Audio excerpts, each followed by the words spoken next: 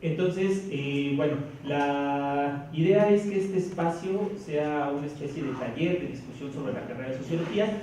A mí un poco lo que me preocupa, ¿no? Y algo que les quiero sugerir es que no pueda pasar lo que sucedió ayer, es decir, que no haya una relatoría como tal con los puntos más importantes, ¿no? Entonces, además de los apuntes que bueno, yo haré respecto a lo que aquí se discute, sobre todo las propuestas, que es lo más importante en un evento de este tipo, yo creo que sería bueno si alguien, ¿no?, me echa la mano también a tomar ahí algunos apuntes que a mí se me puedan pasar. Entonces, bueno, hay algunas sugerencias temáticas, ¿no?, para este taller. Una es enfoque teórico-histórico y contenidos para la carrera de sociología, formación epistemológica y métodos cuantitativo-cualitativos, técnicas e instrumentos de investigación documental y de campo, y 4, ¿no?, bueno, el último, que es la redacción de documentos científicos sociales. Entonces, pues la idea también sería que podamos, o sea, si es un taller, discutir más o menos cómo sería la dinámica de participación. Si continuamos la dinámica de ayer de participaciones de acuerdo a la experiencia que cada uno de nosotros hemos tenido frente al grupo en la docencia en estos aspectos, o de qué manera organizamos el espacio. Desde mi punto de vista, yo creo que vale la pena rescatar algunas experiencias. Yo al menos lo estoy pensando así porque yo llevo relativamente poco tiempo con el modelo modular. Y sin duda alguna las personas que llevan más tiempo aquí trabajando seguramente tienen una perspectiva diferente. Entonces yo creo que valdría la pena generar como una especie de experiencia de cuál ha sido su aprendizaje en torno a la docencia en estos ejes, y quizás después de eso podemos pasar a emitir alguna serie de recomendaciones desde nuestro punto de vista o aspectos que se deban de tratar. Creo que sí tenemos que darnos ese espacio para plantearnos cuál es el escenario, cuál es el compromiso, cuál es la apuesta. Mencionaba un poquito, adelantando, Jaime Osorio, que estaba leyendo ciertas pertenencias de la idea de formar por corrientes teóricas, y él decía, pero desde esta perspectiva. Me parece válido plantearnos, no olvidar esa discusión de cuál es el escenario que podemos pensar del sociólogo, de la sociología, pero primeramente del tipo de inserción. No estoy hablando del mercado laboral, sino cuál es el escenario futuro que estamos planteándonos, al cual supuestamente vamos a responder. Entonces podemos pensar cuál es la distancia y poder empezar a tener estrategias de otro tipo, en términos de los talleres, en términos de los enfoques, en términos de los tiempos, de las partes administrativas. En este país, dado que instituciones como la nuestra ahora está alineada relativamente con la federación, cualquier idea de lo que vamos a hacer mañana está constreñida normativamente, aunque no sea real, primero a lo que plantea el Plan Nacional de Desarrollo. Y ahí tenemos dos o tres visiones, ¿no? Tenemos unos planes de desarrollo que son sexenales, pero por ejemplo tenemos el del periodo 2000-2006, que contemplaba una imagen de sociedad a 2020, por ejemplo, ¿no? Y de ahí entonces uno baja, quiera lo que no, porque así es el procedimiento, a plan de desarrollo institucional. Eso para nosotros es UAM. Luego baja a Plan de Desarrollo Institucional UAM-Xochimilco, y supuestamente bajaría a Plan de Desarrollo Divisional. Y en términos de dónde estamos, pues el Plan Nacional de Desarrollo está, pero en 2 años o un año deja de ser vigente. Haya sido no evaluado, entra uno nuevo porque es una nueva posibilidad presidencial. Dentro de la UAM tenemos el planteamiento actual del anterior rector, que cubría más allá de la gestión, porque nuestro reglamento de planeación indica que el planteamiento de un rector a plan de desarrollo debe ser 1 año más que el periodo normal de un rector, para que podamos darle una línea de coherencia, ¿no? Es decir, si el rector va de 2017 a 2021, debe hacer un planteamiento hasta 2022 al menos. Pero a nivel de unidad no tenemos. Ya van 2 rectorías la anterior y esta, que no logró aprobar ni dar a conocer esto que se llama Plan de Desarrollo de la Unidad. Y a nivel divisional tampoco lo hay. Y esto tiene que ver porque se supone que debemos contemplar la visión y la misión que institucionalmente establecemos. Y a la licenciatura le van a pedir que tenga, aparte de todo lo que ustedes dicen, visión y misión, ¿no?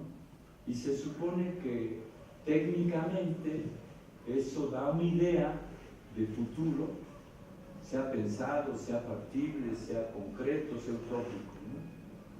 Pero por la otra, la experiencia para diseño de planes y programas de estudio dice que hay 3 o 4 modelos, ¿no? Un modelo dice, junta a tu personal académico que tengas, destacado, ¿no? Junta a tus alumnos y junta a tu personal administrativo y escoge o construye cuáles son los 100 problemas, por ejemplo, que un sociólogo de Xochimilco tendría que estar resolviendo, por decir algo, en 2018 o en 2020, y sobre eso construye todo el diseño curricular, desde qué perfil de egreso, qué perfil de ingreso, siguiendo la normatividad nuestra. Otros dicen que salgamos a buscar las necesidades sociales, que en nuestro caso, por seguimientos parciales de egresados, son el sector público, y el sector público está demandando que demos clase. Muchos de nuestros egresados dan clase en secundaria o en bachillerato, que puede ser público, que puede ser privado, que puede ser de corte universitario o técnico. Están un conjunto de individuos que se van a puestos de investigación, aunque no sea de dirección de investigación, y cuya fortaleza es que saben investigar, aunque su deficiencia es que conocen y sustentan poca teoría. Luego está el sector de la sociedad civil, que son las ONG, y luego están otro conjunto de cosas que podemos llamar iniciativa privada o régimen privado, que tiene que ver desde ser responsables de capacitación laboral hasta una serie de proyectos específicos como diseñar encuestas o construir bases de datos reflejables en mapas y cosas de ese tipo, ¿no? Otra posibilidad que tenemos es que hagamos un diagnóstico, que es lo típico que se hace, y entonces diseñemos un plan de estudios para resolver los problemas que aparecen en el diagnóstico, que por lo tanto cuando opere va a resolver los problemas que ya pasaron. Una posibilidad que es básicamente francesa, que se llama futuribles, o que se llama prospectiva del corte francés, es imaginar la escena global de manera muy gruesa, que es mundo, de manera un poco más restringida por un continente o por una región, y luego ir bajando hasta el contexto inmediato de tus egresados, y entonces de ahí luego derivar qué es lo que deben, más que saber, aprender, ¿no? Y si a eso le metemos después, desde lo que algunos conocemos de historia de la ciencia, hay 3 modelitos. Uno es el de Kuhn, de los famosos paradigmas, que no se aplica igual en las ciencias naturales que en las ciencias sociales, pero es algo así como la construcción que hacemos en el hacer profesional, que no es la disciplina necesariamente, sobre qué enseñar, cómo enseñarlo, pero también qué no enseñar. Es decir, cuando enseñamos, por ejemplo, la corriente del movimiento de la escuela de Weber, generalmente omitimos poner problemas que Weber no puede resolver. Entonces, ese enseñar y no enseñar. Y la segunda versión de Kuhn se llama matrices disciplinarias, que a nosotros nos ayuda porque trabaja sobre trabajo colaborativo, inter, trans o multidisciplinario y ese tipo de cosas. Y por lo tanto, entonces uno abreva qué es lo que quieres que haga el sociólogo, pero qué necesitas saber de otras disciplinas y estas cosas, ¿no? Un segundo modelito que es de la Escuela de Viena, que que es lo que se llaman proyectos de investigación. Entonces coges un conjunto de núcleos duros, por ejemplo las áreas, con una serie de hipótesis fuertes y por lo tanto tienes una estructura académica donde hay los hands-ons que saben hacer eso y todo el mundo lo reconoce y van haciendo investigación y enseñanza para incorporar hipótesis de trabajo que pueden ser definitivas o rechazadas.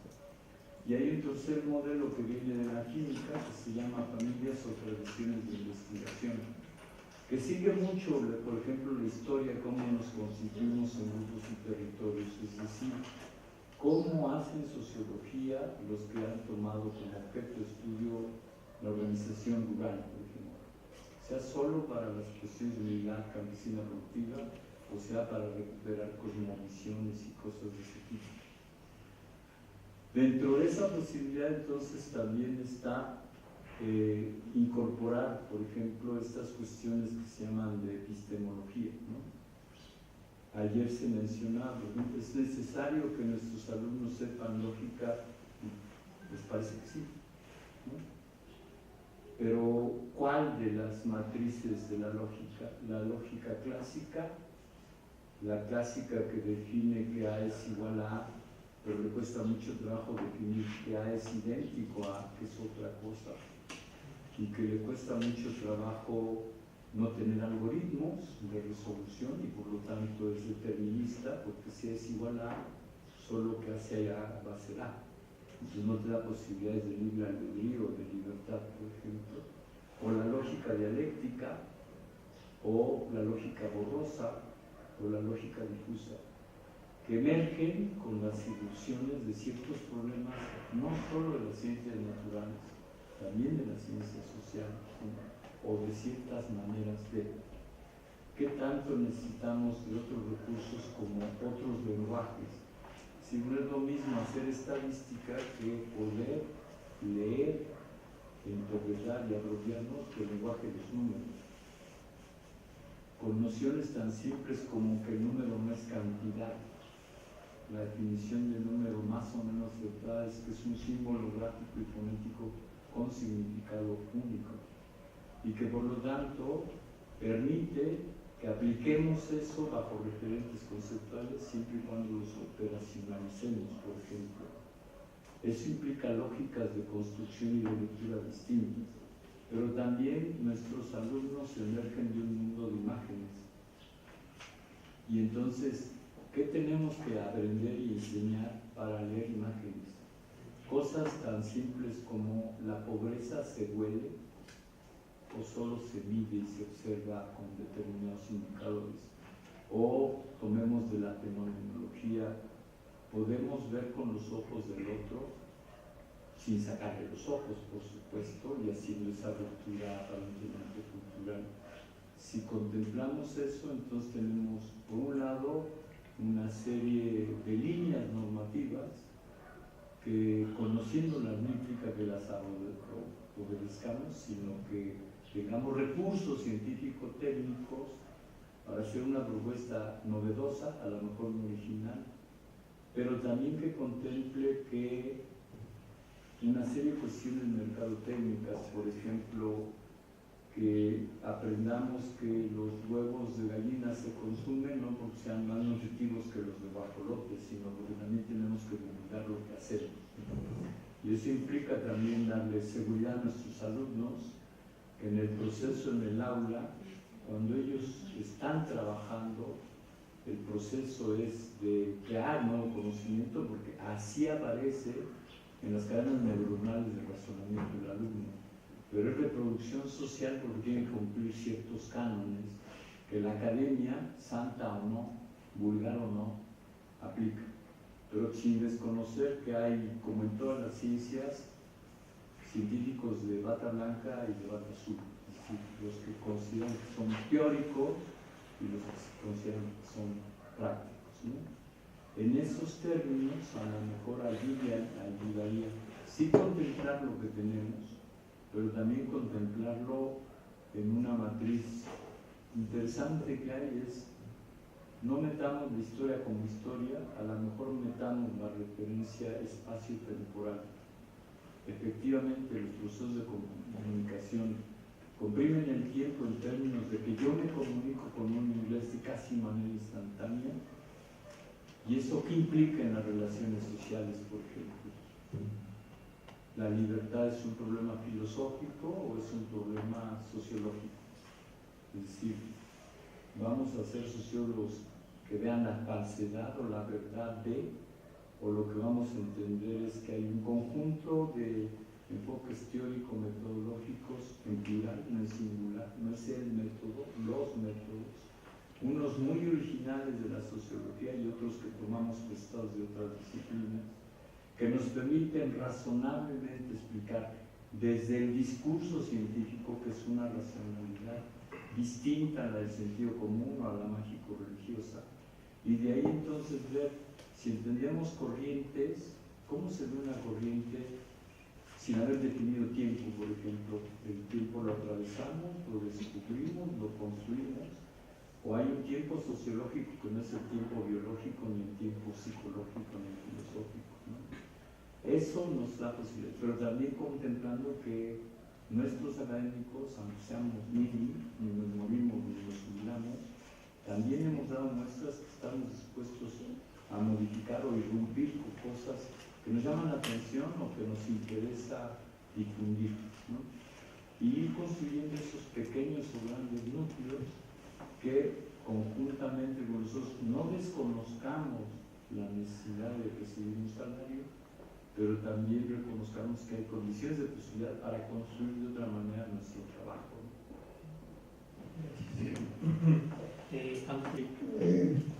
Yo planteaba ayer un dilema en la carrera de sociología. El dilema es que cuando estaban hablando de la carrera, se presentan programas que finalmente producen, ¿verdad?, un resultado final de tener un alumno que siguió los cursos y termina una carrera y supuestamente sale como sociólogo. Y el dilema que se plantea en la carrera y en la sociología como tal es que en la práctica real, la experiencia que uno ha adquirido al correr de muchos años de trabajo es que para poder, ¿verdad?, generar una práctica profesional, ¿verdad?, se necesita mucho trabajo metodológico, cuantitativo, en el sentido del trabajo de los campos de la estadística descriptiva, la estadística inferencial, ¿verdad? Entonces, es un dilema. A mí la práctica profesional que he tenido durante muchos años, lo decía ayer, lo puedo someter a debate. Yo estudié la carrera de matemático como primera carrera, actuaría. Después me fui al Colegio de México y estudié una maestría en demografía. Después me fui a Cornell University en Nueva York y estudié una maestría en sociología, ¿verdad? Y ya con ese bagaje empecé a trabajar, ¿verdad? Y lo que yo saco como resultado, ¿verdad?, es que sí pude trabajar y muy bien, pero con una preparación muy grande. Y esa preparación y mi práctica profesional me lleva a una enseñanza y a un dilema. La carrera de sociología como tal no prepara a los estudiantes para que hagan un trabajo profesional que satisfaga las necesidades de las personas que contratan un llamado sociólogo, ¿verdad? Lo que ellos piden es directamente resolver problemas concretos y para ello necesitas un bagaje de sociología, un bagaje de matemáticas, un bagaje de metodología. O sea, Yo dije ayer que podía someter a debate esto que estoy diciendo, ¿verdad? La carrera del sociólogo, de repente presentan programas, y yo considero que ese planteamiento es muy teórico. En la práctica real eso no funciona. O sea, ¿qué puede hacer un sociólogo que sale de la carrera de aquí de la UAM? Yo creo que muy poco. De acuerdo a mi experiencia profesional, que significó matemático, estadístico, metodología y sociología. ¿De dónde un muchacho que termina la carrera va a poder trabajar como sociólogo? Se ha dado mucho este falso dilema de hablar de un sociólogo como hablar de un economista, ¿verdad? Por el hecho de que estudian un supuesto programa, ¿verdad?, universitario, ¿verdad? Entonces digo que es un falso dilema, porque un estudiante de la carrera de sociología, cuando termina, de ninguna manera va a estar capacitado para resolver los problemas prácticos a los que se enfrenta la sociedad en una serie de dimensiones. Entonces, pretender preparar a un sociólogo, yo me inclino por la escuela norteamericana, ¿verdad? Los norteamericanos se van por una línea muy distinta. Ellos preparan a un sociólogo o a un estudiante de teoría social o lo que sea, ¿verdad?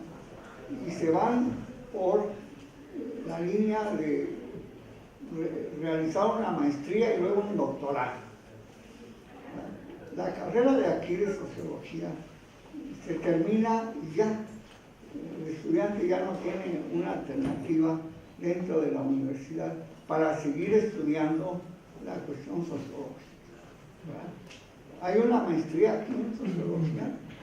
No, hay una maestría, un doctorado en ciencia social que le llaman. Y tiene unos módulos ahí, pero no le llaman sociólogo a eso, le llaman teoría social. Ese es un dilema.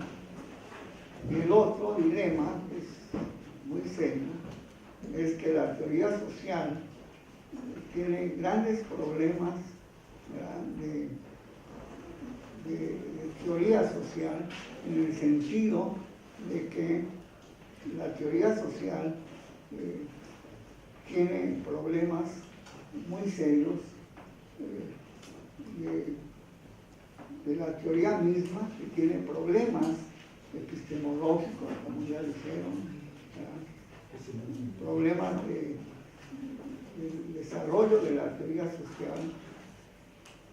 Y entonces para mí el dilema es que yo no encuentro los elementos objetivos para que un estudiante de la UAM que termina la carrera de sociólogo pueda realizar tareas como sociólogo.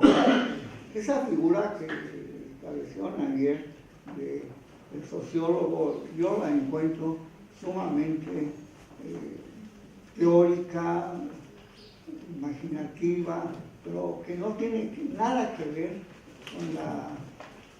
con la realidad práctica. Para la realidad práctica hay que estar muy preparado, muy preparado.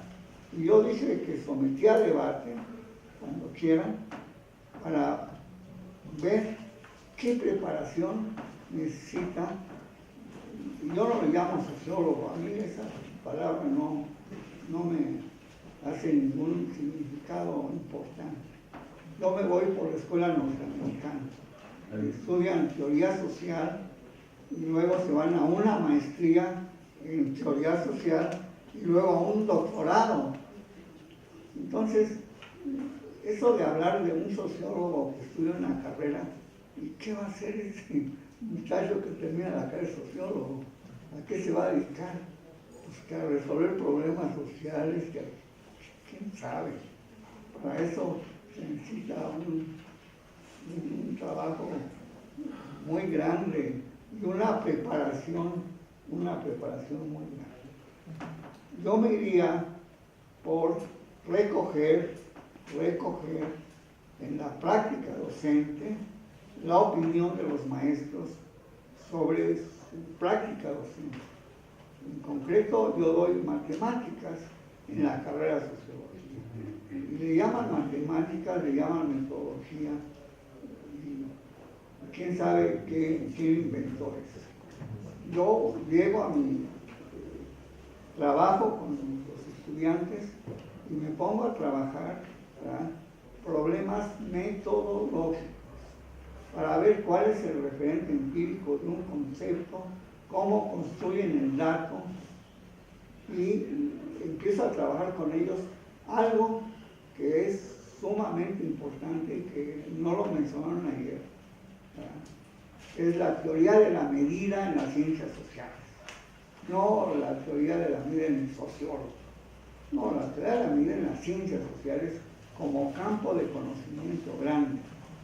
¿Sí? Ya, la teoría social y ver la metodología, que es la construcción, ¿verdad?, la construcción de referentes empíricos de posiciones teóricas. Eso es lo que se necesita discutir, ¿verdad?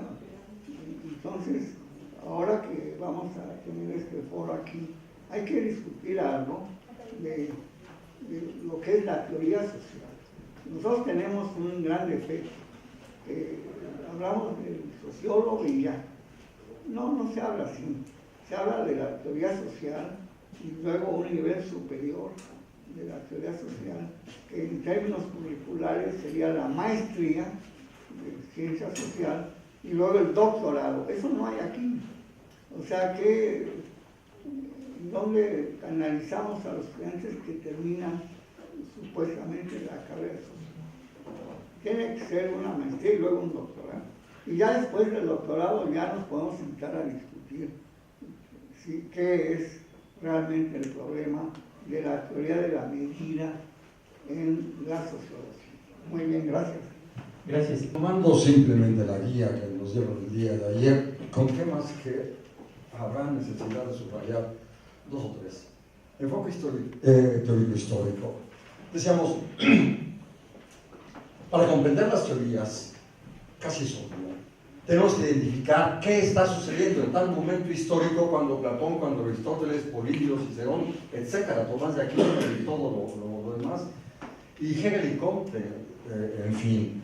Y bueno, para esto último, Marcuse hizo excelentes trabajos para caracterizar qué estaba pasando cuando Comte y qué significa la puesta de Comte en relación con lo que apenas 50 años antes sucedía en Francia misma y que Comte parece que no se enteró.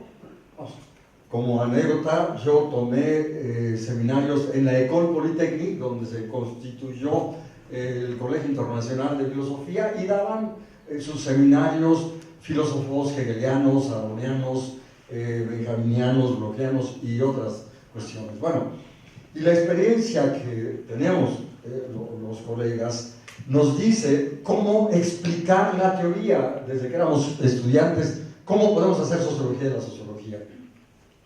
Así, no es una ocurrencia de que el sociólogo tiró la moneda del aire y se le ocurrió tal, o se tomó un tequila o un vino francés y se le ocurrió cualquier otra cosa.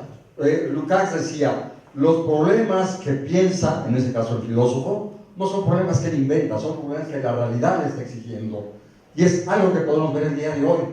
Y es algo que podemos ahí meter a Gadamer, más o menos diría, es que cuando hacemos hermenéutica estamos demandándole a tal pensador que nos diga hoy qué pertinencia tiene lo que pensó hace 100 o 2000 años, cualquier cosa. Entonces, bien, esto nos está demandando justo definir estrategias didácticas que no se ha hecho. Yo ayer me refería, cuando recién llegué aquí, propuse que me editaran un trabajo y después me enteré que fue Alfredo Boni el que impidió que se editara. Si él hubiera elaborado un trabajo mejor que el mío, maravilloso, pero ni eso. O sea, lo que había era mezquindad, al grado de que hice una traducción de algún tema en ese momento muy importante sobre la sociedad civil, de un economista también muy importante, que fue maestro de muchos, incluyendo mexicanos, y ni siquiera me dieron el crédito, ni siquiera la cortesía elemental de aquí está lo que tradujiste, etcétera, ni eso. ¿Quién fue? Alfredo Moni. Entonces, con esas mezquindades no se construye nada. Y hoy Alfredo ya no está porque se le acabó la vocación de repetir siempre lo mismo. O sea, conte las 3 etapas, Spencer, las 3 bobadas, etcétera. Entonces, bien, yo pediría, ahora que por fortuna está Rosique con apertura y que me ha dado justamente la opción de editar algunos trabajos míos, y bueno, ya hay un libro mío, ese que fue mi tesis de doctorado en filosofía y que ya está en imprenta pronto, a lo mejor en enero está circulando. Bien, tendremos que en un momento también lanzar discusiones entre colegas sobre esto y no dejar que la libre cada quien diga lo que quiera y repita las bobadas de Comte y de Spencer.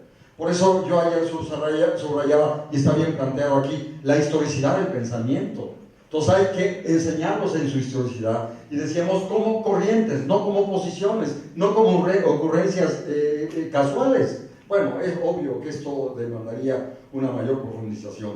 Segundo, subrayemos epistemología. No podemos dejar que la palabra ciencia se utilice de manera ordinaria, trivial, y bueno, juntamos datos, amontonamos un programa Excel, y eso es ciencia. Bueno, cuando éramos estudiantes nos van a leer algún libraco que se llamaba Dígalo con números, como si las cosas más importantes de la vida se pudieran decir con números. El amor, la libertad, la justicia, eso no se dice con números. En fin, entonces hay ahí todo un problema. Y yo porque tengo 30 años enseñando el posgrado, fue la Facultad de Políticas y fue también otro posgrado donde he trabajado eso, tengo ya el programa, la propuesta de formación epistemológica, e igual lo que trabajamos hace 20 años con Adelita Cepeda, Patti, la propuesta de lógica de la investigación científica, que se ha dejado de lado. Y bueno, hay un déficit de los muchachos, repito, llegan al final y no saben qué es un concepto, ni una hipótesis, ni cómo se formula un problema. Es el segundo. Técnicas no hay mayor discusión, pero redacción, bueno, ahí yo difiero con lo que acaba de plantear el colega. No podemos evidentemente pedirle al muchacho de licencia a su trabajo de doctorado, evidentemente no. Pero sí podemos pedirle que en sus pininos, bueno, cómo se aprende a darle coherencia al pensamiento, escribiendo. Y bueno, desde la literatura, la poesía, que en estos tiempos antiguos aprendíamos desde secundaria y prepa, y que ahora no aprenden, hasta claro, la redacción, yo digo, con pretensiones de cientificidad. A lo mejor la palabra científica es muy gruesa, pero por lo menos pretensiones. Entonces, podemos ambicionar a que los muchachos, después de aprender teoría y después de hacer cierta empiria, redacten, por supuesto que sí.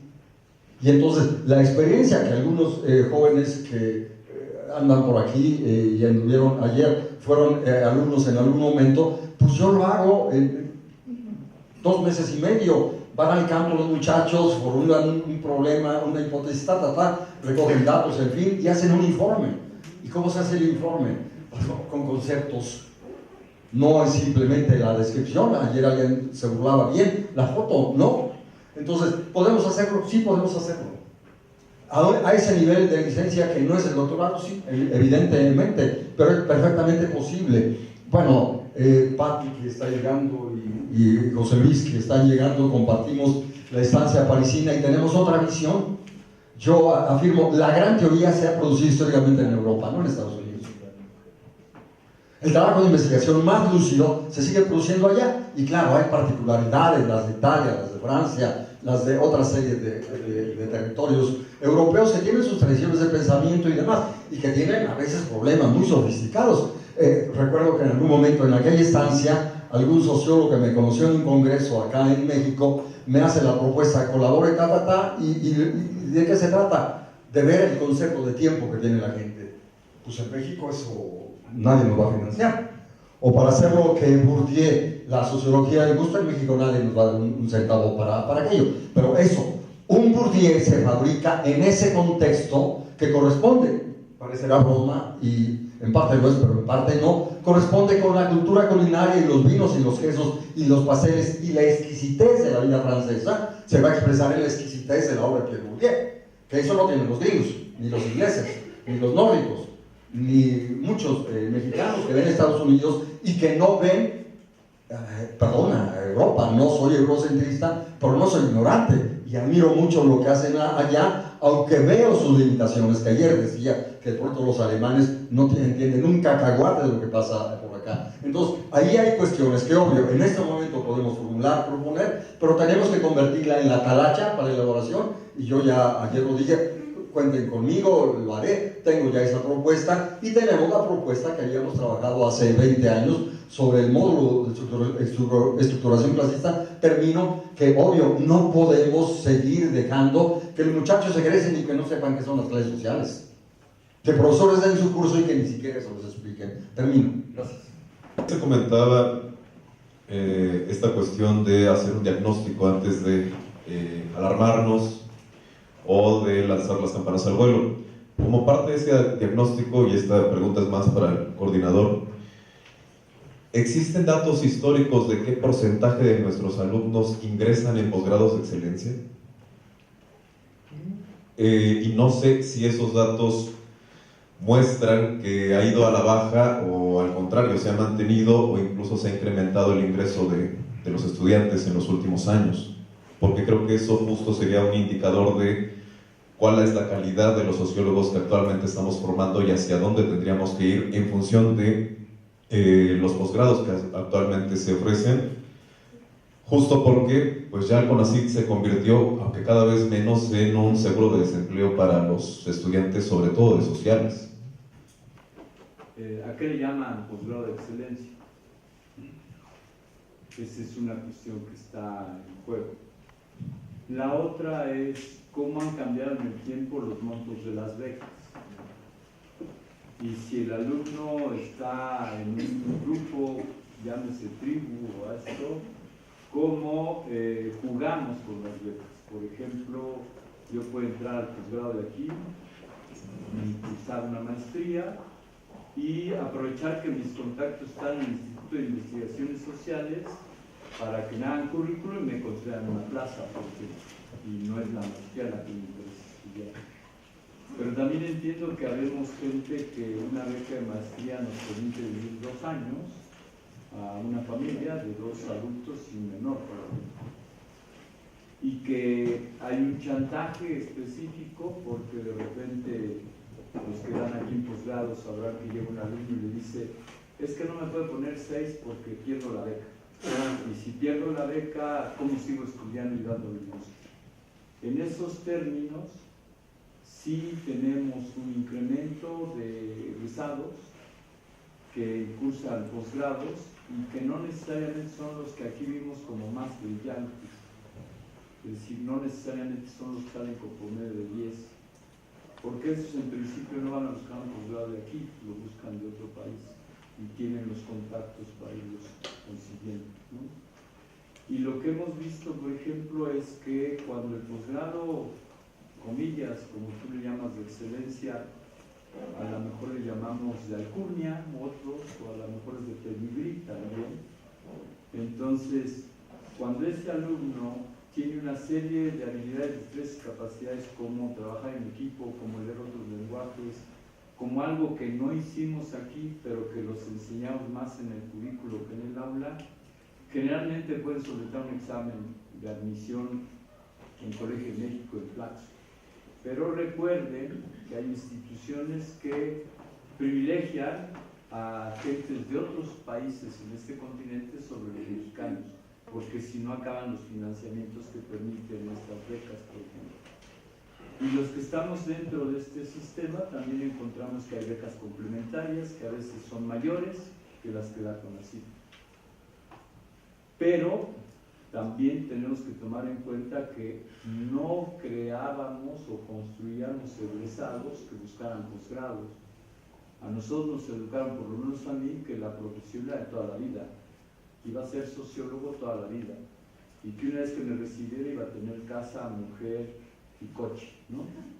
Pero la sociología del trabajo, que algunos no saben, nos enseña que ahora los segmentos del trabajo son temporalidades que exigen una serie de conocimientos y habilidades para aprender a aprender o enseñarnos a aprender, y que nos permiten ir bordando en diferentes posibilidades, como ser sociólogo y volvernos traductores y editores de libros que tienen que ver con sociología, por ejemplo, o nos enseñan a evitar a los sociólogos de Xochimilco, porque como sacamos tanta información, ellos construyen estrategias para poder subvertir a los que siguen en el orden, por ejemplo. Esto no lo pueden ver. Pero también ha cambiado la composición de nuestros alumnos, ¿no? Es decir, un buen tiempo tuvimos una mayoría de alumnos que venían en la normal, es decir, eran profesores, y encontraron una cosa interesante, ser licenciados. Después fueron, por ejemplo, de CCH, Colegio de Bachilleres, y hoy es una gama interesante, y que algunos de ellos se desalientan porque los llamamos niños Sommerhill, por ejemplo, porque aprendieron de una forma distinta con esas cosas que parecen libertinaje, ¿no? Pero de que nuestros egresados, querámoslo o no, están formados, claro, cuando ellos también están dispuestos a formarse, ¿no? O cuando algunos de nosotros amablemente movemos influencias para que ingresen en un posgrado, también es cierto. Es decir, yo también tengo amigos en Colmex, eso, y de repente le digo a alguien, oye, vale la pena, rescátalo, ¿no? Y vale la pena en términos de que hace, según yo, sociología, no teoría social, no sé si exactamente sabe matemáticas o no, pero sí sabe leer números, interpretarlos con diferentes y operacionalizarlos, ¿no? En esos términos es lo que yo conozco. Si hay estudios, los hay, pero desde diferentes ópticas, ¿no? Evidentemente, no todos quieren a los alumnos de Xochimilco, porque también formamos gente que hace 2 años fue capaz de parar 7 veces una universidad pública por un conflicto que no fue trascendente para muchos, como Ayotzinapa. Pero que uno no puede presumir. Fíjate, yo tengo líderes que inician procesos sociales porque eso es tachado afuera como no meritorio. Sí, hay referentes de seguimiento de egresados exitoso para sociología. Solamente un dato lo debe manejar un poquito más fresco Rogelio. Respecto a la sociología en México, juega mucho de la sociología que se hace en la UAM, desde el punto de vista numérico. O sea, es importante el aporte de los sociólogos que en la combinación de las 3 sedes de la universidad genera al país. Pues la sociología que se hace desde la UAM tiene un impacto muy importante a nivel nacional. No voy a extenderme más porque sí, mi idea es otra. Para efectos de lo que entiendo que es las posiciones que tenemos que vertir aquí.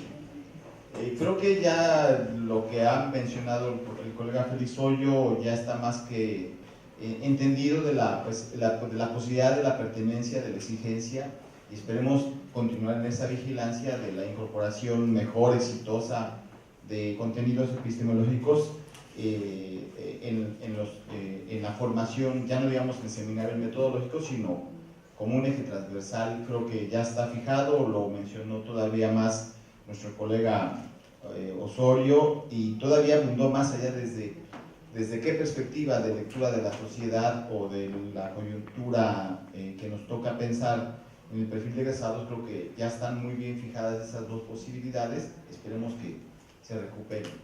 A ella me gustaría agregar algo. El Rogelio lo ha sugerido, y tenemos un perfil distinto de estudiante, y creo que nosotros generacionalmente hablando lo hemos de haber advertido desde hace mucho tiempo.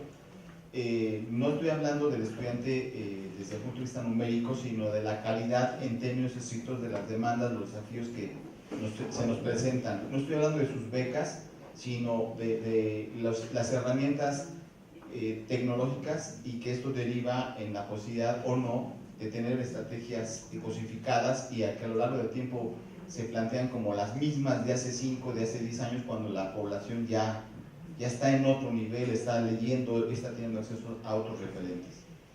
En ello voy. Hace no mucho tiempo el uso del internet era anecdótico, y recuerdo muy claramente en mi incorporación a la universidad cómo algunos se negaban a tener computadora en el aula.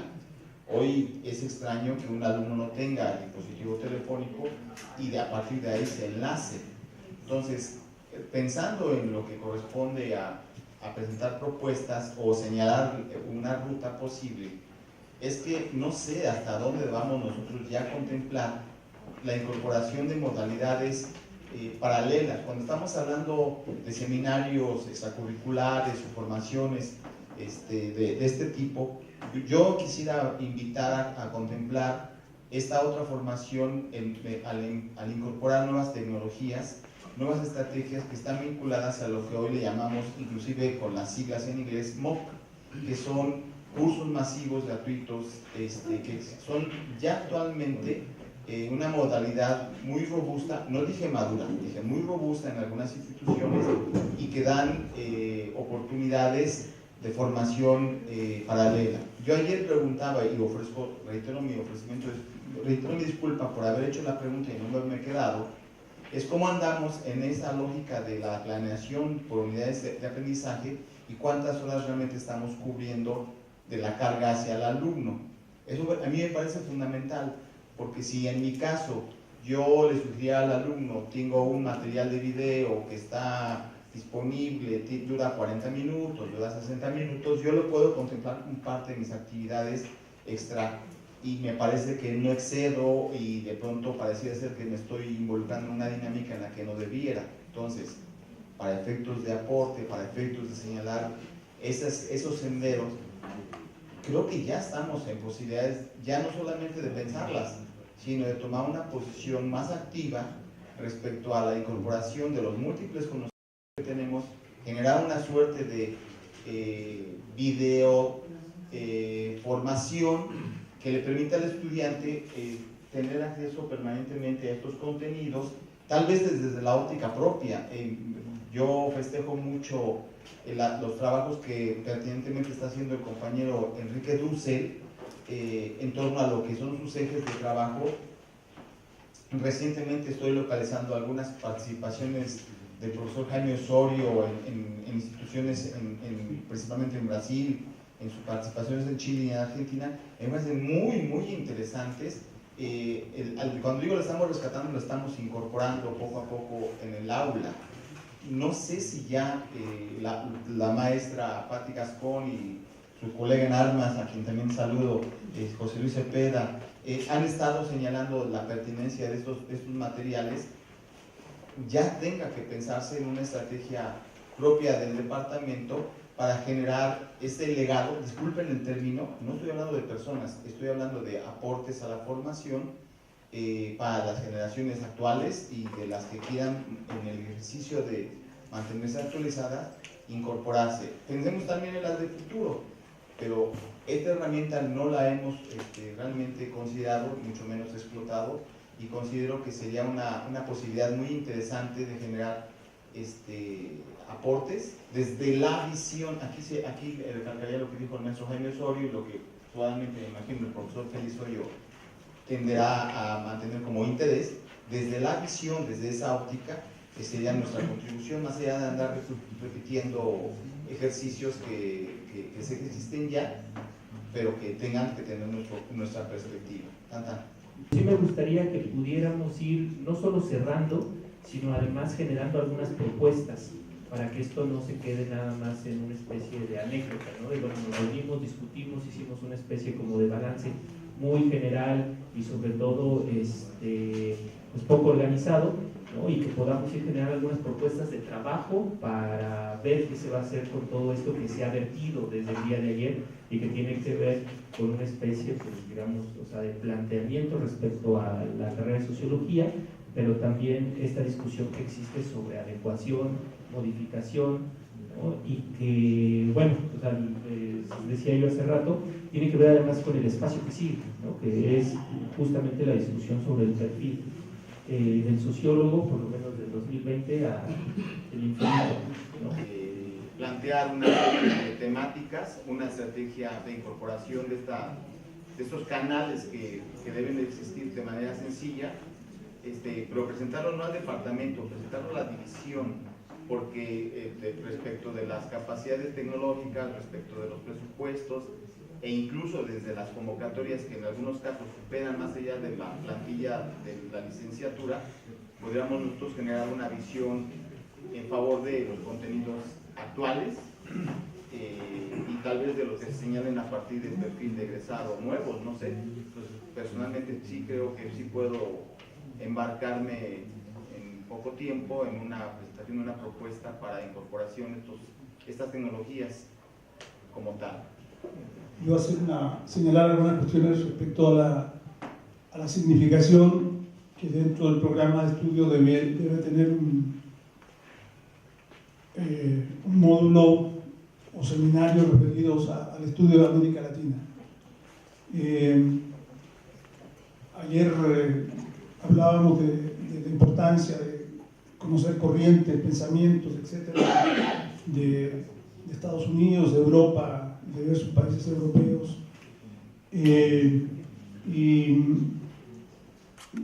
Creo que fue Beatriz Canaval la que mencionó, en América Latina también se ha desarrollado un pensamiento sociológico y un pensamiento en ciencias sociales importante.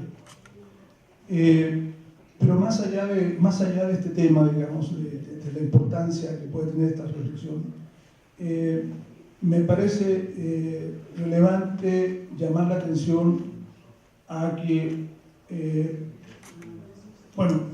estamos pensando y estamos estudiando y estamos trabajando, investigando desde un lugar específico del sistema mundial capitalista. No estamos ni en India ni estamos en Alemania, estamos en América Latina y estamos en México. Ya eso es una buena razón como para decir qué pensamos, qué decimos del hecho de estar pensando y reflexionando desde este lugar del mundo. Pero creo que más relevante aún que eso, simplemente porque aquí estamos y tenemos que conocer algo y decir algo sobre América Latina, creo que el desarrollo teórico del problema ha llevado a poner en evidencia que América Latina se mueve, se desenvuelve, se lleva a cabo sus procesos de una manera particular, de una manera original, que no es la manera con la cual el capitalismo se ha desarrollado y se desenvuelve en otras regiones del mundo, particularmente el llamado mundo desarrollado. Dentro de las explicaciones posibles de qué significa que esto sea particular, han aparecido interpretaciones de muy variados signos, digamos, desde aquellos que señalan que tenemos una insuficiencia de desarrollo capitalista, tenemos una insuficiencia de cultura cívica y de cultura política, y por eso tenemos los problemas de Estado que tenemos y los problemas políticos que tenemos, o porque aquí se han articulado formas y modos de producción de muy variados signos, y esto hace que no termine de cuajar las formas de desenvolvimiento y desarrollo que se han presentado en otras regiones del mundo. A efectos de no quedarnos con la sensación común y silvestre de que somos una región exótica, una región extraña, culturalmente muy rica, esta visión del turismo que puede predominar respecto a la visión que puede haber sobre América Latina. Creo yo que es un problema que reclama atención, que se han desarrollado en América Latina reflexiones importantes, y que como estudiantes de sociología, como profesores de sociología y como profesores en un departamento de sociología, la carrera de sociología debiera darle un espacio a esta reflexión. Voy a hacer una reflexión en relación a lo que se discutía ayer sobre la carrera de sociología, y es la siguiente: un campo científico se define por la cantidad de resultados científicos que se producen en un periodo determinado. Así se mide el carácter científico de un campo de conocimiento. Entonces, cuando se habla de sociología, lo que primero hay que hacer aquí en la UAM, en el departamento, es tomar un periodo terminado y poner todos los trabajos científicos que se han realizado y que hayan sido hechos con la suficiente calidad científica, y eso nos va a permitir comparar lo que se hace aquí de ciencia sociológica con lo que se hace en otras partes de México de ciencia sociológica. Si no se hace eso primero, estamos hablando de un departamento de sociología que no sabemos, hasta este momento yo no he oído a nadie que diga la sociología en la UAM tiene un carácter científico, porque aquí están los resultados. En los últimos 3 años se han producido tales y tales investigaciones científicas publicadas en revistas de alto prestigio académico en México. Por decir algo, el Departamento de Sociología de Ciencia Política de la UNAM. ¿Dónde están esos resultados científicos que ha producido la carrera de Sociología de la UAM? Entonces, solamente así podemos medir, ¿verdad?, el carácter científico que tiene la sociología en la UAM. Si no presentamos eso, estamos hablando sobre una carrera de sociología aquí muy buena, muy científica, sí, pero ¿dónde está el papelito que nos diga cuántas investigaciones científicas se han realizado en tal periodo y se han publicado en revistas de alto prestigio académico? Entonces yo hago una propuesta directa que se haga una revisión, ¿verdad?, sobre lo que se ha producido en sociología en la UAM en los últimos 3 años. A veces es cierto que tiene un carácter científico esto o no. Si no presentan eso, estamos hablando de una carrera de sociología muy importante, muy interesante. Sí, pero no es científica. ¿Dónde está lo científico? Todo es científico porque esto... No. Los científicos se miden con resultados científicos publicados en revistas de alto prestigio en México. Si no se hace eso, estamos hablando de una sociología, pues, propositiva, muy buena, pero que no es científica. Mientras no muestren los resultados científicos, yo no creo en el carácter científico de la carrera de sociología de la UAM. Y quiero hacer otra propuesta. Hace algunos años, bueno, no muchos, pero no sé cuántos, pero ya hace algunos, al inicio del trimestre siempre nos reuníamos en la oficina del jefe del departamento, lo que fuera, los maestros que íbamos a dar clase en el trimestre, a discutir lo que íbamos a enseñar como programa de estudio. Y discutíamos y veíamos que eso sí, que eso no. ¿Por qué se quitó esa tradición? De repente, jamás nos volvimos a reunir. Por favor, hay que anotar eso. Jueves de cada primera semana del trimestre se hace. ¿Y usted asiste? No. Bueno. No es cierto. En los últimos 3 años se dejó de haber reuniones de maestros en la oficina del jefe para discutir los cursos que íbamos a dar. No se hace. ¿Por qué? A mí no me han llamado. No, de hecho, y perdón, nada más un paréntesis. Sí. Exactamente es lo que yo he dicho. Como se hace los jueves de la primera semana, ayer mencioné que he referido en varias ocasiones que en lugar de hacerse los jueves de la primera semana, que se adelante. O sea, que sea previo al lanzamiento del trimestre.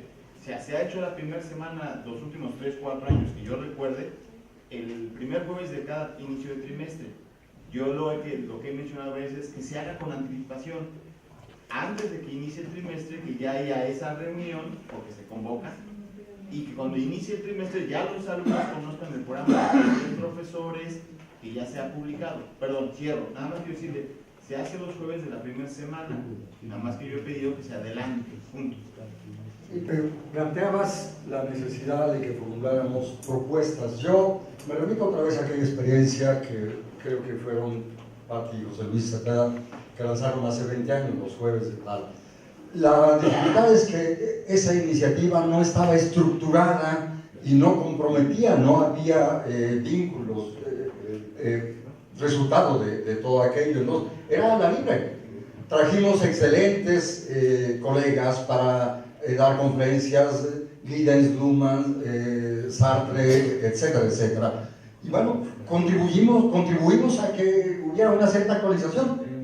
¿Cómo podemos hoy, a 20 años, que son otro tipo de grandes temas, tanto en el terreno de la teoría como en el terreno de lo que está pasando en el mundo? Algo de eso tendríamos que repetir, pero tendríamos que asegurar que fuera vinculante, que fuera estructurado y que hubiera un cierto reconocimiento para los colegas que participaran en estos procesos.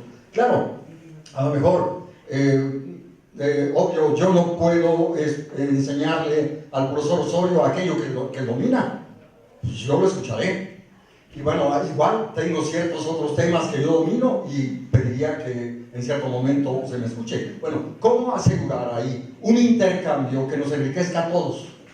Donde todos saquemos provecho. Eso habría que construirlo. Bien, ahora, a partir de estas discusiones que hemos tenido ayer y el día de hoy y lo que falta, ¿cómo pudiéramos lograr que esto que estamos discutiendo quede por ahí cristalizado? Bueno, habría que solicitar que algún número de revista próximo se dedique a estas discusiones y que se nos pida un artículo sobre las cuestiones que hemos estado argumentando.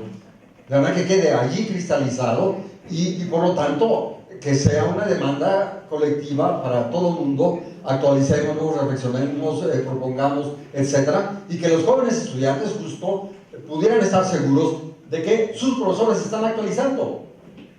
Repito, porque sabemos, profesores que 40 años repiten lo mismo, claro, se mueren de aburrimiento y un día se van. Y entonces parecería que simplemente hay que dejar a cuestiones de orden caracterológica y que los obsesivos como yo somos los que estamos incansablemente buscando el último libro, el último video y demás. Entonces habría que posibilitar que hubiera mecanismos que nos enriquezcan. Aludía el profesor Zarco hace un momento a esta cuestión de los videos que yo he estado lanzando, encuentro algo interesante y por ahí lo lanzo. Y claro, hay cosas enormemente interesantes. Por ahí recién lancé los videos de lo que están descubriendo en Atapuerca. Es una enorme revolución en la arqueología y en la comprensión del origen del hombre, lo que se está descubriendo allí rascando las cuevas de Atapuerca. Y esto no es un patrimonio colectivo. En fin, entonces allí habría que buscar mecanismos para enriquecernos todos y posibilitar que nuestros estudiantes, yo lo propongo en otros posgrados, que sea el día del debate que está dando hoy en el mundo más avanzado, en las esferas particulares. Gracias. Creo que es un tino haber convocado a este congreso, porque nos hace ver el deterioro en que nos encontramos y creo que refleja un poco el deterioro en general de la situación del país. Entonces, eso reclama, y suscribo todo lo que ha dicho el profesor Osorio, una sociología ligada a nuestros problemas, América Latina, México. Y tenemos antecedentes, conceptos científicos como es la dependencia, como es Freire, la pedagogía liberadora, y creo que eso es lo que necesitamos avanzar. El deterioro, bueno, ha sido reconocido de alguna manera. Creo que ha sido el haber cambiado las áreas. Creo que era lo más lúcido que tenía la UAM Xochimilco para que los profesores trabajaran en colectivo e invitaran a los estudiantes a trabajar también en la investigación. Creo que eso es tenemos todas las condiciones que ninguna otra universidad, yo podría decir, tiene para este desarrollo de volcar la investigación como un medio de aprendizaje también. Creo que eso aspiraría a realizar la UNAM, pero la UNAM no tiene esas condiciones. Ahora bien, nosotros somos profesores e investigadores, grupos pequeños, trabajos intensivos. Bueno, pero la situación es tan grave que yo diría que en el módulo 10º se agregan elementos que hay que luchar contra el tiempo. Los estudiantes ya en el 10º ya tienen el derecho de solicitar su servicio y muchos de ellos lo hacen, y es un alejamiento increíble de la docencia, de la investigación, de sus actividades. Es otra cosa, ya quieren salir de inmediato, ya no soportan entonces eso es gravísimo. La situación también de la asistencia. Muchos compañeros estudiantes vienen de lejos. 2 horas se hacen para llegar y 2 para regresar. ¿Qué tiempo les queda para trabajar? Algunos ya trabajan, etc. Esa es nuestra materia. Ahora, en condiciones de capital cultural, también es un reflejo de lo que pasa en los niveles inferiores de la primaria en nuestro país. Afortunadamente, Marco comentó el día de ayer que, bueno, una X cantidad de estudiantes de cada grupo pues no tienen las capacidades para lectoescritura, ¿verdad? Y sociológica, y menos para... En el 10º es muy difícil que lleguen a plantear un tema, un problema de investigación. Entonces, quiere decir que hasta el 10º yo hago todo lo posible, porque ya no trabajamos en equipo, eso es muy cierto. Entonces, eso es otro demérito del trabajo de la carrera. Ya no trabajamos en equipo porque pues cada quien tiene su idea de cómo es la sociología, y es muy difícil concordar en un tema de investigación para los 3 profesores y que concuerden. En lugar de ser 3 formas de afrontar un tema, un problema, ¿verdad? Cada profesor quiere que su espacio, ya sea la historia, la metodología o la teoría, sea el que rija, o es lo que le importa. Entonces ya no, se perdió ese trabajo colectivo a nivel de módulo. Entonces, estos son los grandes problemas que tiene la UAM. Entonces, la asistencia es otro de los... Ya llegando al 10º, ya los compañeros estudiantes saben que hay problemas de tiempo y que no pueden con todas las cargas, y entonces se ponen de acuerdo para que si el profesor o el programa de unidad requiere más tiempo, entonces vienen pocos estudiantes que tienen que exponer o lo que sea, y realizan la tarea del otro profesor. Entonces aquí el tiempo es muy importante. Y lo que estaban ayer diciendo sobre el tiempo, creo que si midiéramos el tiempo de trabajo socialmente necesario para formar un sociólogo, aquí no lo completaríamos, aparte de que son 4 años. Aparte de que otra desventaja, yo no puedo imaginarme cómo le hacen los compañeros del 12º, porque yo, claro, son 3 profesores en el 10º, y el tiempo hay que distribuirlo, ¿verdad? Pero trato de volcar el módulo, el conocimiento, la investigación, ¿verdad? Como elementos de aprendizaje. Es decir, volcar el módulo quiere decir que todo lo que se haga va a tener como referencia un tema de investigación. Que el estudiante no va a aprender la teoría por la teoría y bueno, eso, ¿cómo se aplica?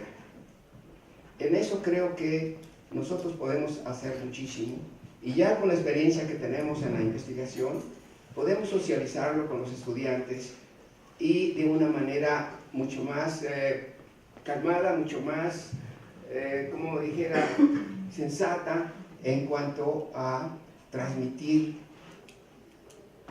nuestros conocimientos a través de la investigación. Creo que eso es lo que nos puede salvar, ¿verdad? Y tengo entendido que hay un consenso en regresar a las áreas o quizás no a corto plazo, ¿verdad?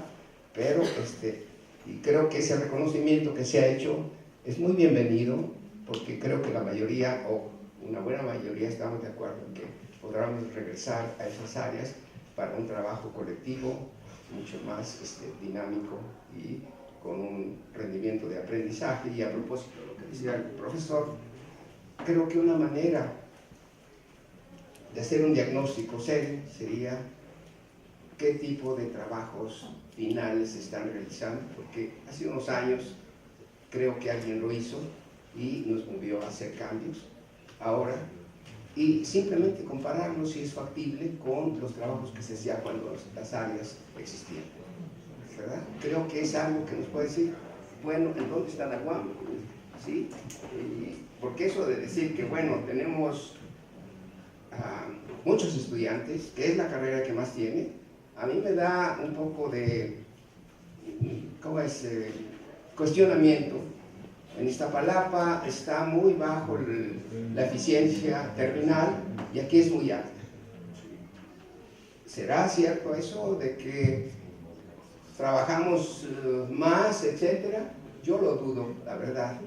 Cuando a veces llego a mi salón, no hay ningún estudiante, estoy esperando, ¿verdad?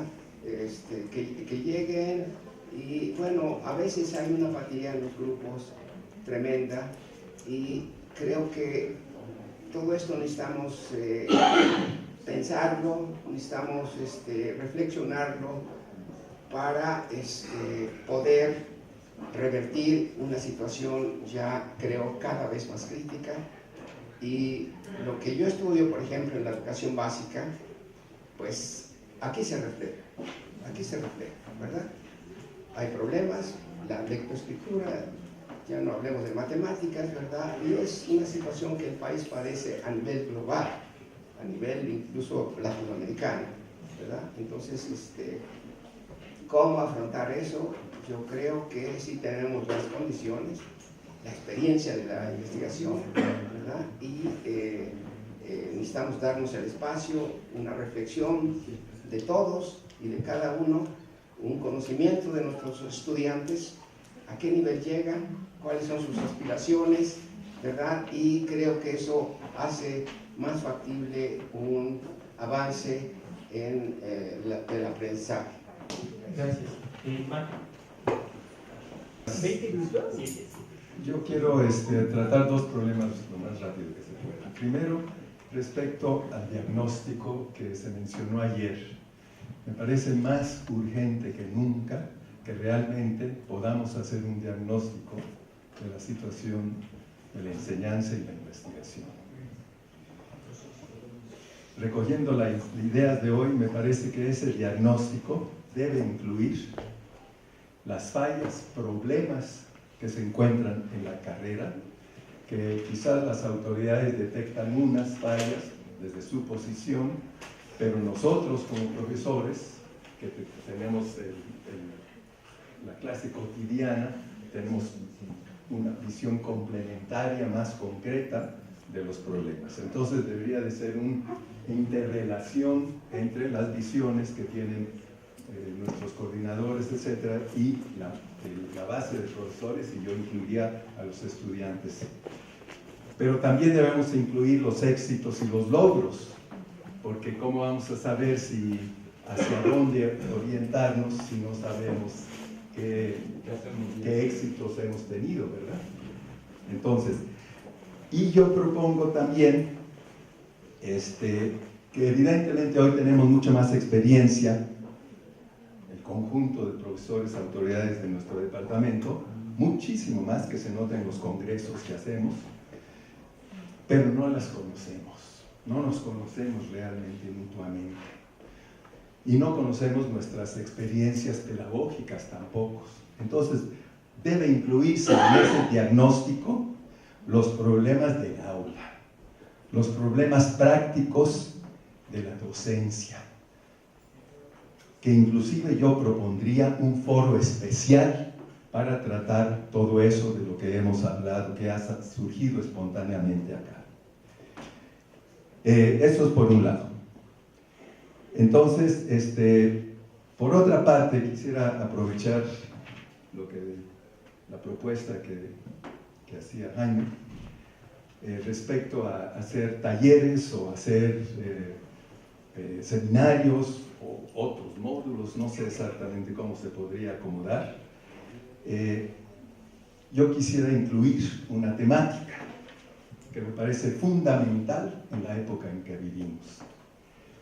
Recientemente, en los últimos, no sé, 10, 15 años, ha surgido una nueva problemática a nivel global que se llama la sociología de lo común.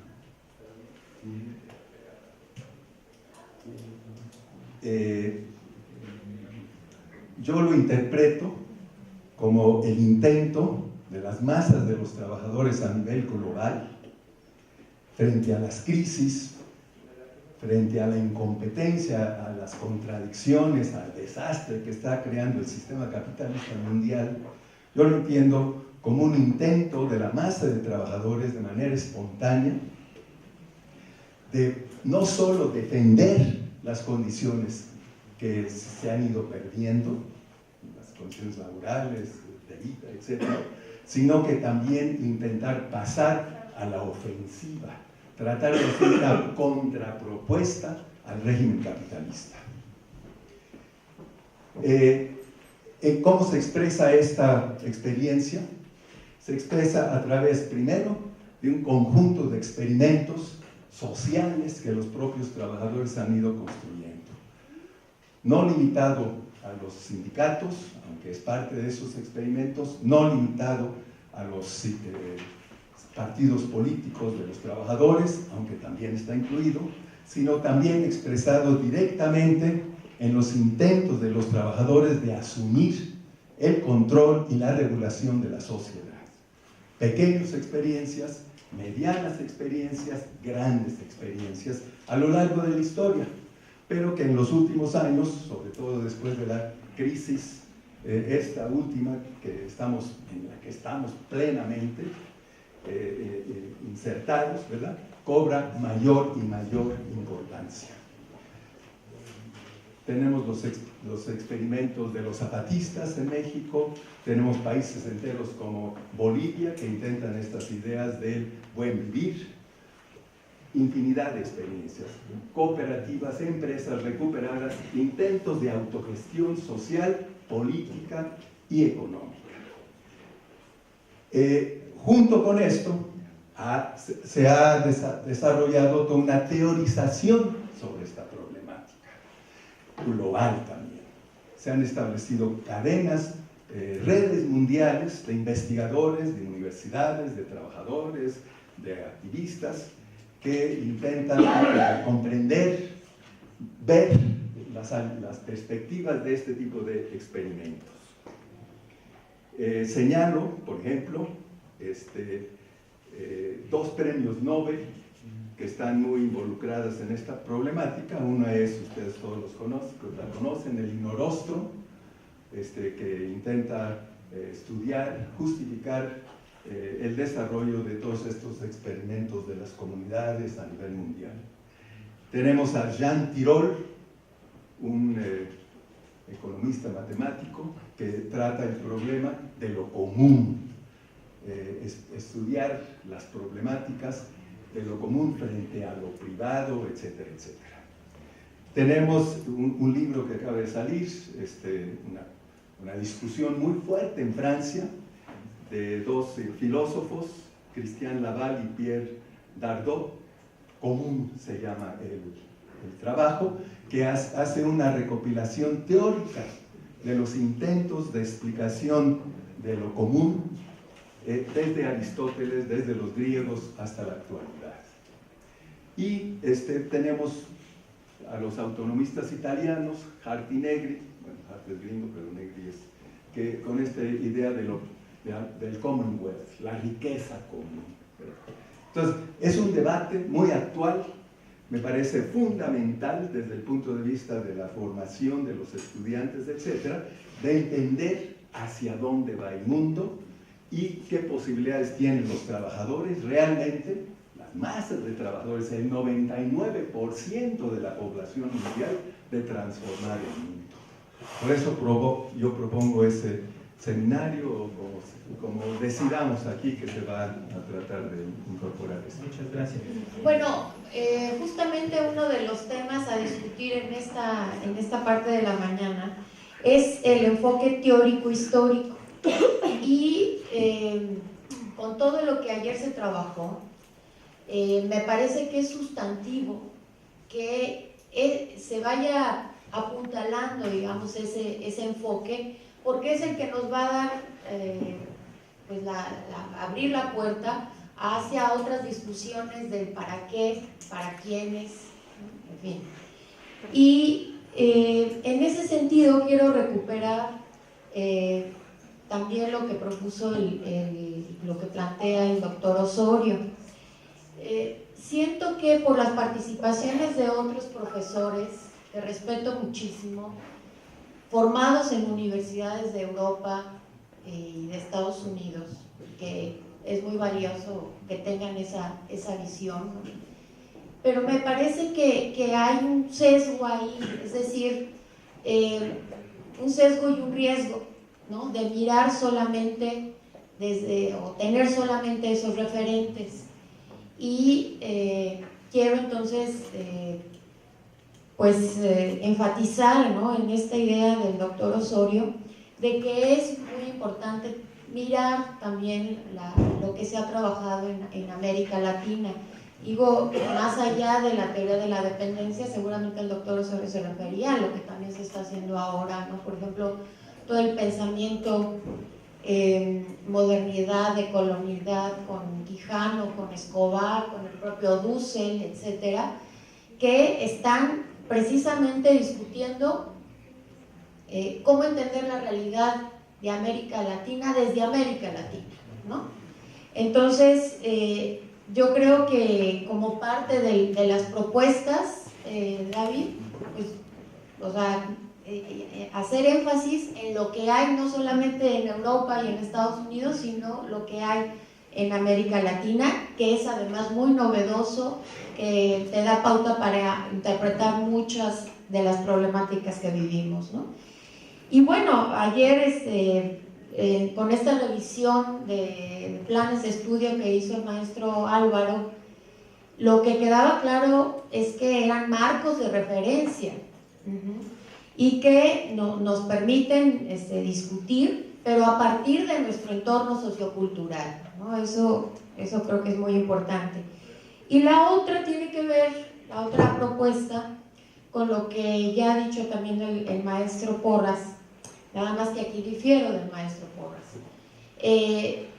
Me parece que valorar los resultados de una carrera o de una universidad a partir de las publicaciones en revistas reconocidas o de lo que él llama el trabajo científico es como quedarse cojos, porque hay muchísima práctica sociológica que no está en ningún lado. Solo quiero mencionar, se me ocurrió ahorita alguien, pero pues hay un montón. Alejandro Calvillo es un egresado de la carrera de Sociología y fundó la organización no gubernamental El Poder del Consumidor, que ha tenido una trascendencia en términos de los debates de la alimentación en las escuelas y en otro sentido, toda esta campaña contra las refresqueras, etcétera, que no está publicado en ningún lado. Bueno, nos vamos a internet y vamos a encontrar su trabajo, ¿sí? Pero me parece que como una propuesta que complemente en todo caso lo que propuso el doctor Porras, es que en esta revisión de qué han hecho los sociólogos no se limite a lo que está publicado, sino a todas estas otras experiencias de estudiantes, de egresados que han transformado de alguna manera este país. Yo no sé qué esperamos de este congreso, ¿no? yo creo que no hay que esperar la solución a nuestros larguísimos y amplísimos y complejísimos problemas, sino más bien un ánimo de reforma profunda, de veras, a fondo, que podamos comenzar a instrumentalizar. Bueno, como se dijo ayer, hace falta una buena relatoría, pobre el que tenga que retomar la cámara para sacarla, ¿no? Pero sí, hay muchos aportes, tanto en el diagnóstico como ahora veo las propuestas, ¿no? Pero yo sí pienso que hace falta hacer un balance. Yo me acuerdo que un poco lo que podemos ver es que nuestra carrera no es como cualquier carrera de sociología, y no lo es porque desde un principio, desde la primera gran reforma en la cual acabamos con las cosas antropológicas que teníamos aquí, ¿no? Y pusimos al tronco interdivisional a nuestro decano, ¿no? Ahora decano. La verdad es que veíamos que la sociología solamente podía desarrollarse a través de su superación, o sea, a través de su rebasamiento. Y si ustedes se dan cuenta, lo poco que queda en nuestra carrera es que es una carrera bastante interdisciplinaria, o sea, no es sociología, ¿no? Compárenla con muchas de las que hemos estado viendo.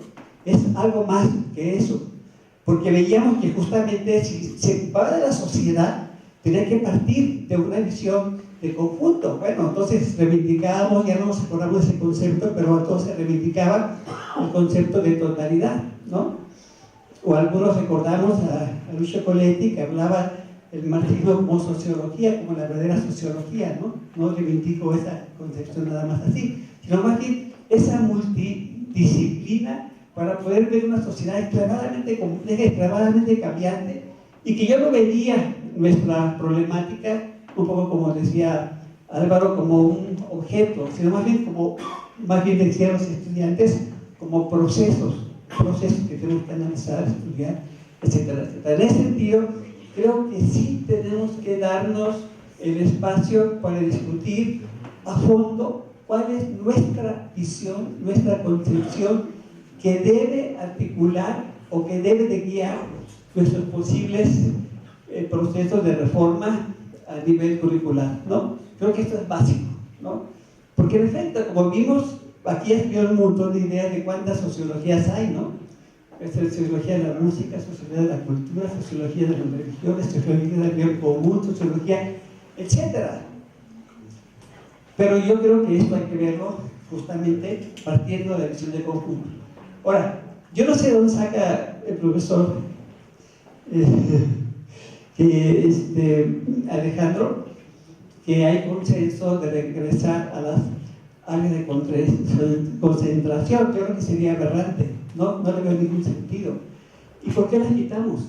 Porque justamente no había la posibilidad de una formación mínima del sociólogo de los 4 años que teníamos. Yo también retomo el primer año, que sí está muy integrado con nosotros, ¿no? Y en ese sentido, lo que veíamos es que en realidad, y había que tomar lo que ayer dijo un profesor, no me acuerdo quién ya, ¿no? Lo que necesitamos es tener una visión más general y una serie de conocimientos más generales que permita formar al estudiante, para empezar, enseñándolo a pensar, a reflexionar, a analizar, estudiar, etcétera, etcétera.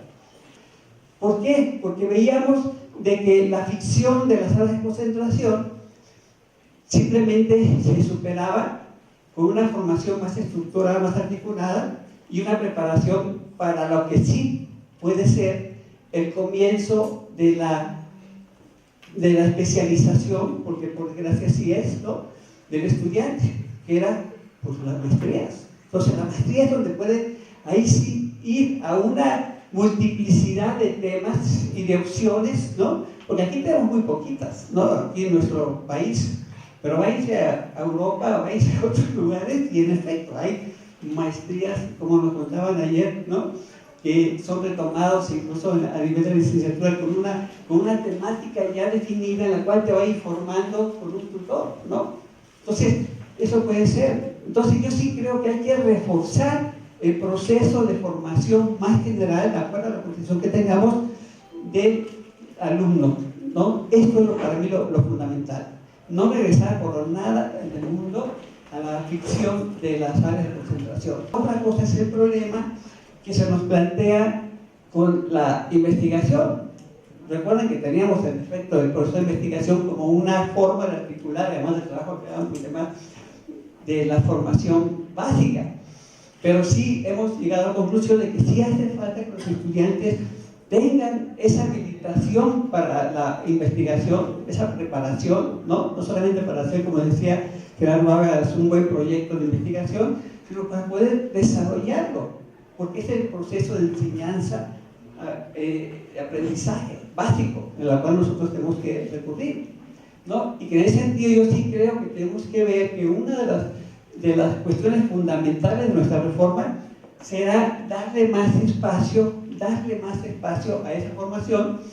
Y desde hace décadas algunos hemos visto que la solución sería no devolver a las áreas, por supuesto, pero sí retomarse los 3 últimos trimestres de la carrera para hacer ese proyecto y encontrar mecanismos para poder guiar al estudiante de esa manera.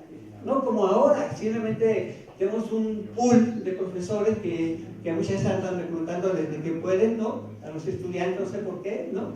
Y que evidentemente tenemos este problema, ¿no? Realmente si tenemos sobre la base de las temáticas, sobre la base de los seguimientos, sobre la base de los intereses de los estudiantes, armar una especie de taller, ahí sí, ¿no?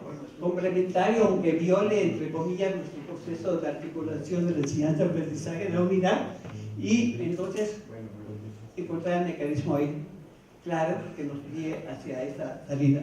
Yo había hecho la propuesta de que se haga una evaluación de la cantidad de proyectos de investigación científica, quiero subrayarlo, científica. Todos los aquí presentes tenemos muy claro qué quiere decir científico. Una de las cosas importantes en la investigación es, como decimos en forma vulgar, papelito habla. A ver, profesor Porras, ¿cuánta investigación ha hecho en los últimos 3 años? Pues mira, traigo un cajonzote. A ver, espérenme. De ese cajón, ¿sabe usted lo que se haya publicado en una revista científica de calidad? No, pues nada más tengo una. Ah, pues démela y llévese el cajón.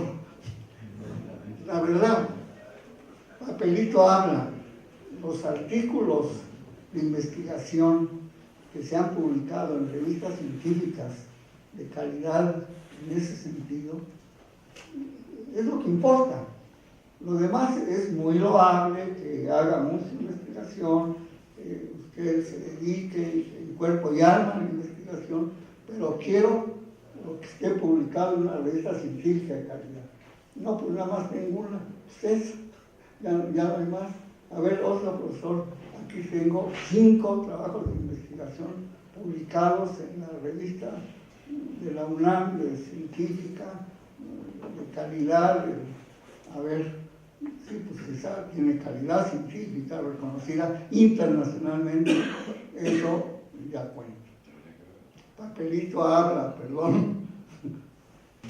Es necesario, es muy importante, como una forma de evaluación, de diagnóstico de en dónde estamos parados como Departamento de Sociología, presentar la cantidad de trabajos publicados en revistas científicas de calidad en México e internacional.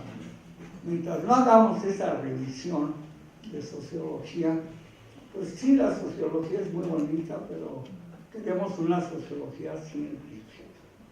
Ah, también, ok, perfecto. A ver. Entonces con eso prácticamente cerramos, les agradezco mucho. Tengo apuntadas aquí ya 12 propuestas, ¿no? Las voy a tratar de redactar de la mejor manera posible para pasárselas y si hay algún comentario después sobre esto, se haga la corrección pertinente, ¿no? Pues bueno, pues les agradezco, ¿no? Y entonces le damos el espacio, la palabra y una disculpa.